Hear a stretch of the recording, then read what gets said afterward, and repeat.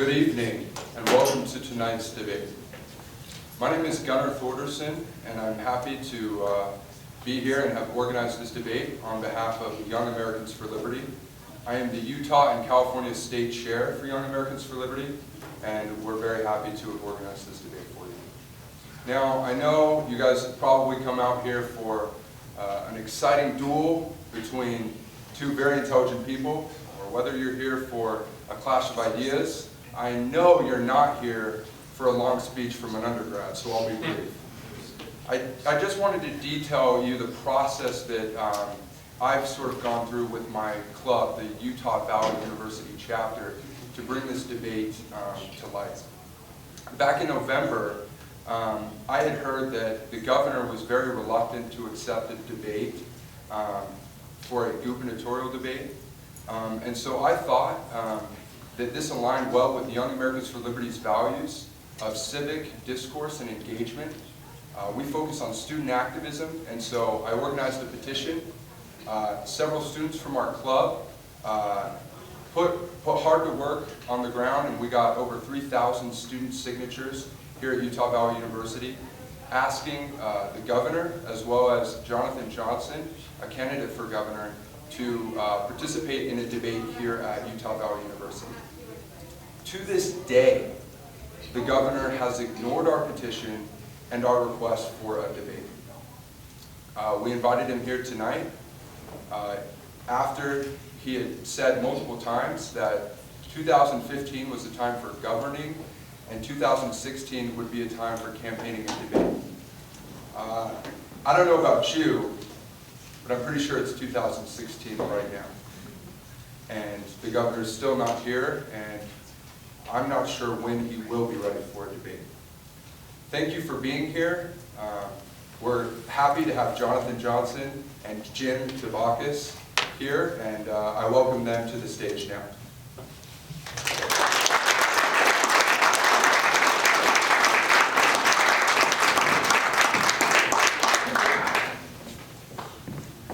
For tonight's debate, we have a great moderator. He is the official state auditor. His name is John Dougal, and I welcome him here as well. And now he's going to explain the rules of the debate. Thank you. Thank you very much. Thank you for the invitation. We have some basic rules on the debate. Prior to the debate, we drew numbers to see who would speak first. Senator Dabakis won that. He will be speaking first. We'll have 2 minutes each for opening comments, 2 minutes each for questions. Your timers will be right down here. 1 minute each for closing comments. I will tell you the order when we get to those. We'll do a rotation as we go to questions, so we randomly go back and forth of who goes first. And the questions are written by the members of the audience. So I have a bowl in front of me that I will randomly draw questions out of. I do not know what the questions are at this time, but I will draw those questions and read those questions to the candidates. So let's get ready for the debate. Senator Dabakis, you have 2 minutes for opening comments. 2 minutes. Welcome, my fellow Republicans. It's just a pleasure to be here tonight. Governor Herbert couldn't make it, and he sends his apologies. He was busy vetoing Planned Parenthood bills, so. And I'm surprised it's a debate. I came because I was looking for my refund from Overstock. So. Let me know. We'll take care of it.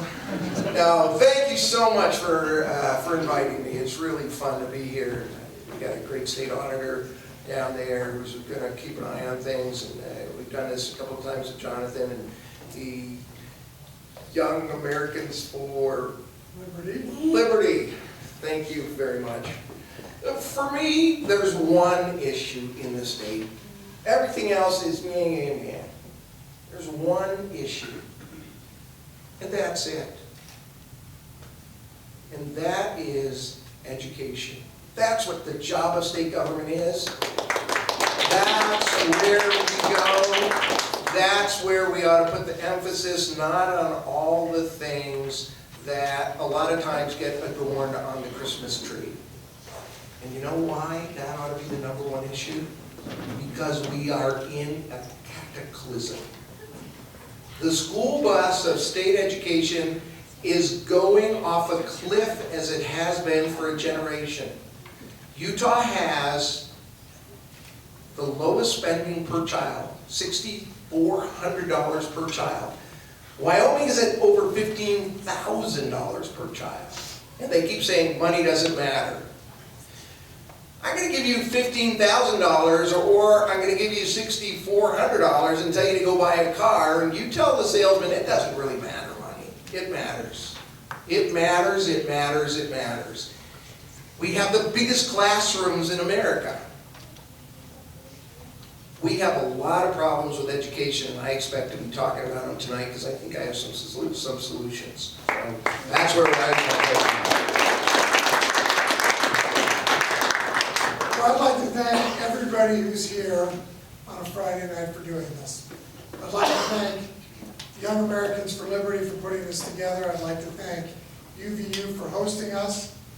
John, I'd like to thank you for moderating this.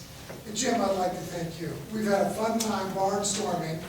You know, I've been calling for debates for a long time with Governor Herbert. And Jim posted on Facebook, he said, well, if the governor won't debate you, Jonathan, how about we debate?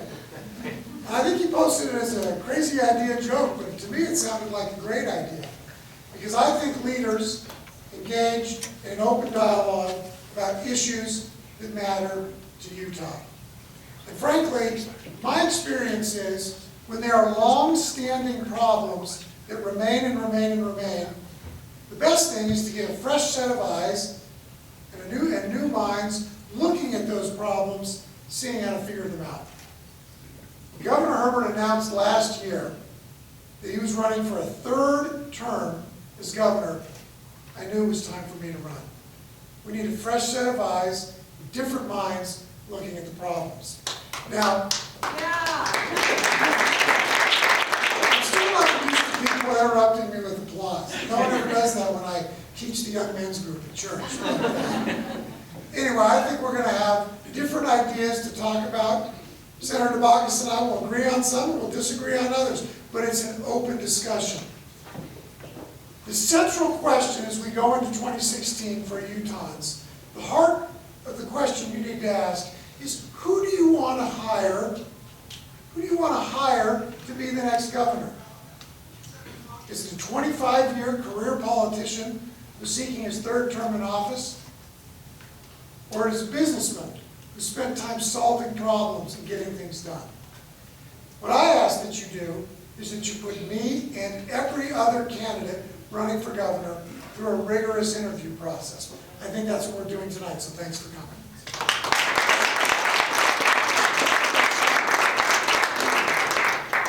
Well, the first question, Mr. Johnson, this question's for you, and then Senator Dabakis. The question is, the federal government owns and manages over 60% of Utah lands. What would you do to get our lands under Utah's control? Okay, that's a great question. 2/3 of our land is under federal control. Most of that is Bureau of Land Management and U.S. Forest Service lands. So when I talk about public lands, that's what I'm talking about. I'm not talking about Hill Air Force Base. I'm not talking about Camp Williams. I'm not talking about the Mighty Five Parks. Under federal management, Utahns and Americans' access to those public lands has decreased over the decades. The health of those lands has decreased over the decades. If you look at U.S. Forest Service lands in Utah, we have about 10 times as many trees on those lands as are healthy. That means they're sucking up the water from the aquifer. It means they're being infested with beetle bugs. It means when there's a fire, the fires are horrible. Access is worse, health is worse, and the productivity is worse. Senator Dabakis talked about how we need more money in education. One of the reasons we have less money to put into education is we have less access to land. Over the Governor Herbert's administration, the legislature has given the governor tools to try and take control and stewardship of public lands. Not to privatize the lands, but to have the state, those of us that are here close, manage the lands. They've done a feasibility study. Could the state manage the land? University of Utah, Weber State, and USU said, yes, we could. We've authorized a lawsuit. We funded a lawsuit Recently, they had a group of constitutional and legal experts give specific causes of action to bring that lawsuit. The governor has used none of those tools. So where are we? Our congressmen are stuck trying to negotiate a deal from a point of weak leverage. As an attorney and as a businessman, I know that if you're negotiating with a party, you have to have leverage pressure points. That's what we need to do. As governor, I will work to get stewardship and control over public lands in Utah.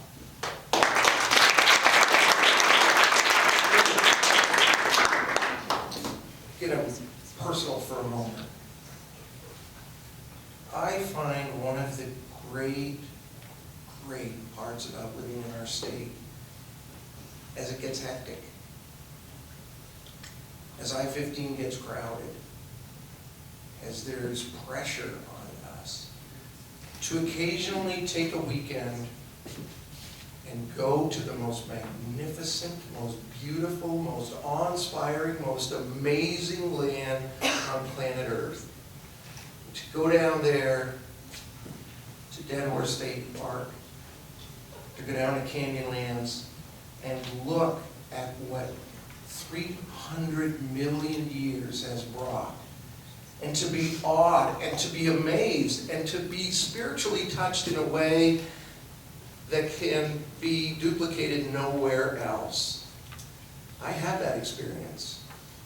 And I think as Utahns, our greatest responsibility for this generation and the next one and for 100 and 500 years to come is to make sure we protect that awe-inspiring land. It's needed now. Imagine what it's going to be in 300 or 400 years. And when I see the governor's plans to go down there in Canyonlands and drill, baby, drill, and to dig potash exploration points that you're going to be able to see, and to build strip mines and to suck every dime out of it, I think, is this the way that we honor the heritage that we have as a stewardship to protect this land?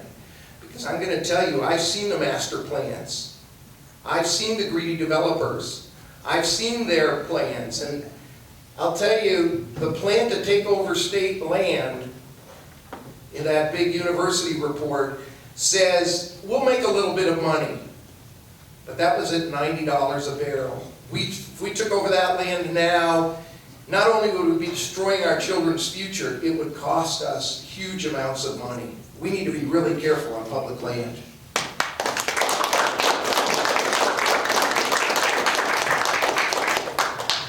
Senator Dabakis, this question will go to you first, and then Mr. Johnson. Governor Herbert talks about states' rights, yet he constantly looks to the feds for solutions and funding. How should Utah interact with the federal government? I'll tell you how we shouldn't interact with the federal government. Starting January 1st, 2014, Utahns, all Utahns, started paying a big tax for Medicaid expansion. You're paying it, I'm paying it, Jonathan's company's paying it, mine is paying it, and that money went back to Washington into a giant barrel. You know how much money is in there? $747 million to pay for health care for Utah's poorest citizens. It's in that barrel. And you know what our politicians have said? You know, ideologically, we don't like the federal government. We're not taking that money. We're not touching it. Ideologically, that money is not pure. It's tainted money. Well, I'll tell you what. Just like Social Security, we're paying in and we damn well ought to pay it out. Because that money will go to help health care for the poorest Utah citizens, 136,000 of them. So when our relationship, as we talk about it with the federal government, we first ought to wise up and say, you know what, let's be practical, let's be reasonable. We're paying that money in, we darn well ought to take it out. And our legislature and our Republicans, one layer after another, has this giant ideological war. And meanwhile, the money sits not just unspent, but the law says it goes to the other states that are taking it. So our money's gone to Montana, to Colorado, to New Mexico, to all the other states that have signed up for it. You look at those poor children in the eye the way I have and say, you know what? Our legislature has decided ideologically we're sending the money back. We're not taking it. Give me a break. That's where we ought to start. Take what is due Utahns and then change the law. So before I talk about how the state interacts with the federal government, I just want to comment on something that the senator said about public lands. He mentioned going to Dead Horse State Park. State Park. We can manage the lands like we do that state park, just like we do. We can manage it better than the federal government. I'm not looking to privatize it.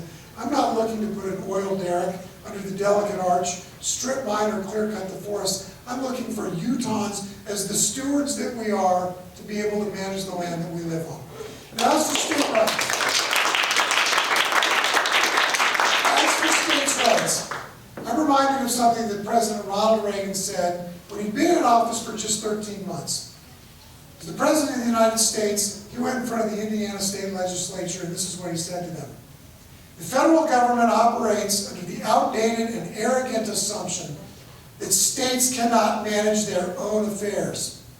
Boy, if that was true in 1982, think how much more true it is today. And the reason it is twofold. One, the federal government wants more and more and more control over our states, over our liberties. But second, we as states don't stand up and say no. Rather, we continue to look to the federal government for solutions, and we continue to look to the federal government for funding. Whether it's encouraging Common Core to come here, whether it's encouraging Congress to pass just last month an act called Every Student Succeeds Act. A nice sounding name, but a horrible, horrible idea that gives the Secretary of the Department of Education full veto power over Utah's state education plan. We need to say, we preach and we practice self-reliance as individuals and families. We need to do it as a state. We're a sovereign state. This nation was built with a few powers of the federal government and the rest of the powers belonging to the states and to the people. We have to stand on our own 2 feet.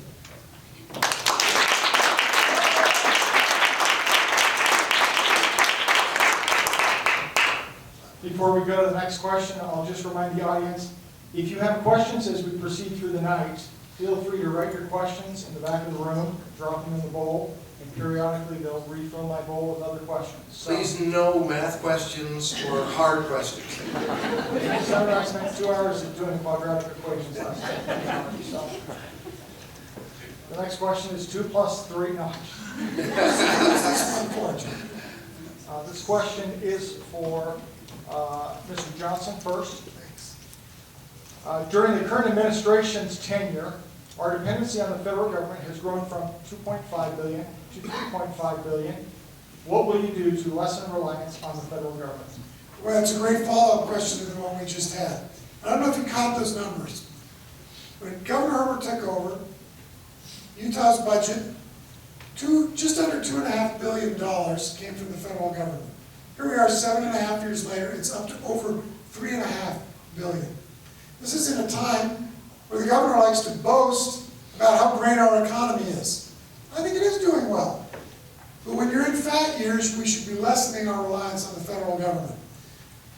I don't think we can turn the spigot off immediately, but I think that we should expect the federal government to turn the spigot off. Senator Dabakis was talking about health care and how there's this big pile of money that we're promised to us that we need. But that's not always how it works. For those of you, like the employees at Overstock.com, that were insured by Arch's Health Co-op, an Obamacare-funded health co-op, you know that that health co-op went out of business when the federal government reneged on a $90 million promise. And 40,000 to 60,000 Utahs around the state were scrambling to get health insurance. We need to have a contingency plan. Every time we're taking dollars from the federal government, we need a contingency plan of what we'll do if those dollars go away. That's a business principle that I practice every day at Overstock. When we put our budget together, our management team puts it together, what's our revenue gonna grow, what are our expenses gonna be? We do that every year, and our board of directors approves it. But at the same time, we also put together what we call our DEFCON financial contingency plan. So that if revenues aren't as high as we think, or expenses are higher than we think, we've decided in times of calm what cuts we're gonna make in difficult times. We need to do that as a state. If the federal government stops funding things that it has, we need to have decided in times of calm what we should do for times like that.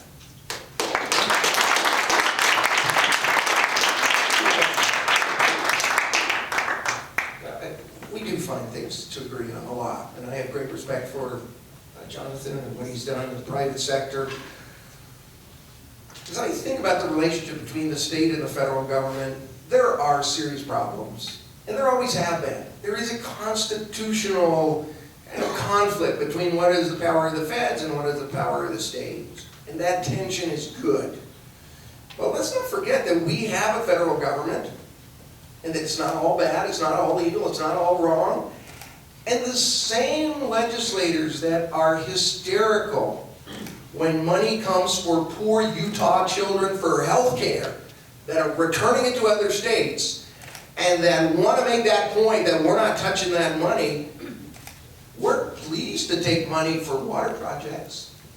We're thrilled about that. Or transportation, bring on the federal money, bring it here. We're proud to accept it. Or firefighting. You know, I was looking at some numbers the other year. $58 million was spent in the state of Utah on firefighting. Not this last summer, but the previous one. We had a tough year in firefighting. We paid about $18 or $19 million. Guess who picked up the rest of it? You know, sometimes it's okay to have a relationship, and there ought to be tension, and we ought to be negotiating. But the biggest cause for spending money in Utah by the federal government is, guess what? Social Security. And maybe that's where we ought to start, right? Let's get the feds out of our lives. Let's get them gone. Let's cut off Social Security. Let's get that contaminated DC money. We need to be reasonable. We need to be responsible. We need to look at programs. And we need to do what diligent, honest, honorable people would do and not get into a hysteria about the federal government, but look at the things they do well and continue that, and then negotiate and help them do better on things they're not doing well on. Balanced, fairness, reasonableness. That ought to be our relationship.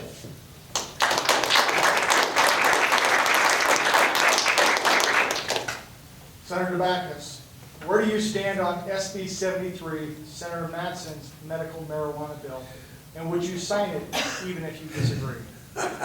Well, nobody would let me sign it, but I would. And I'm glad there are so many bills, thank you, Joe, for saying what it was, because you were going to say, what do you do about Senate Bill 73? And it was going through my head, what the hell is that? So, medical marijuana, right? There's enough libertarian in me to say, I'm not sure smoking marijuana. I've never smoked marijuana. I want to try it. I'm going to grab Senator Maine and a few other senators. We ought to go to Colorado to see what the hell we're talking about here, right? Because who makes me make all these laws when I don't even know what happens, right? So one weekend, Karen Maine, if you're listening, we'll head out. I mean, my general sense of things is people ought to be left to run their own life unless there's a compelling state interest on the other side to stop them from doing things. And we don't need big brother and big sister out there telling us how to live our lives. So generally, that's what I feel, and that's what I feel on this too. You know, we've seen everybody would cry. I mean, the most stone cold Bernie Sanders would start sobbing when he saw the testimony, if he saw the testimony of these children that have these terrible, terrible illnesses, and the thing that stops them is this cannabis oil. So I'm proud that the state changed that last year. My vote generally is let people run their own life. and the consequences that fall out of fall on them. So I will vote for it.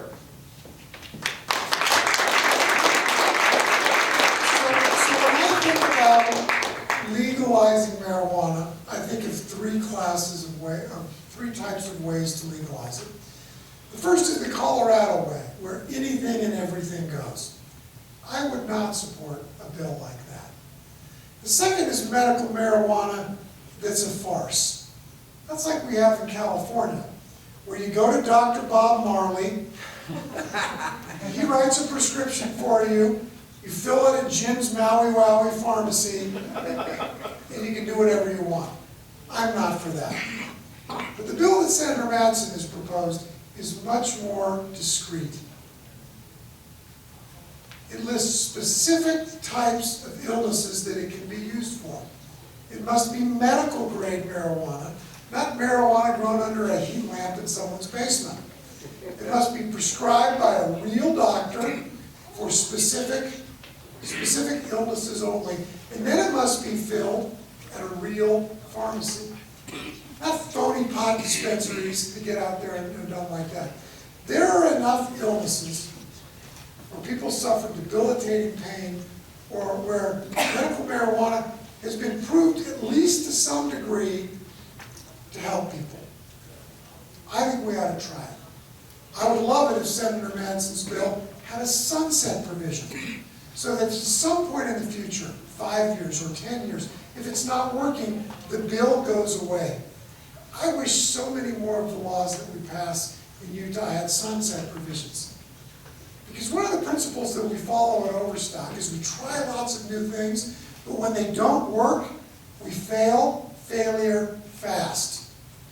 But when the legislature tries new things and passes new bills and they don't work, what do? We keep them on the books forever.